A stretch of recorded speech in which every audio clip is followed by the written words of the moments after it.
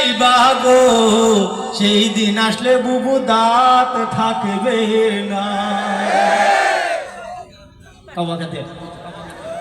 পিছনে আমার বিশেষ করে আমার শ্রদ্ধাবাদন ব্যক্তি, আসলে আমি ছোটবেলা থেকেই যাদের সঙ্গীত শুনে আমি এই পর্যন্ত এসেছি, তার মধ্যে হলেন আমার শ্রদ্ধাভাজন ভাই রুকনুজ্জামান ভাই, আপনাদের প্রিয় মানুষ। তো উনি আসলে আমি কল্পনাও করতে পারি নাই যে আমি আসলে স্বপ্ন দেখতাম যে ওনাদের কাছে যেতে পারবো, বসতে পারবো। আলহামদুলিল্লাহ আল্লাহ তাআলা সেই সুযোগ করে দিয়েছেন।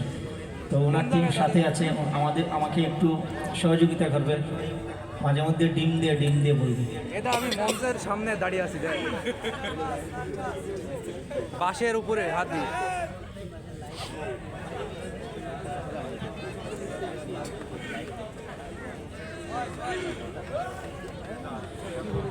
ভালো হই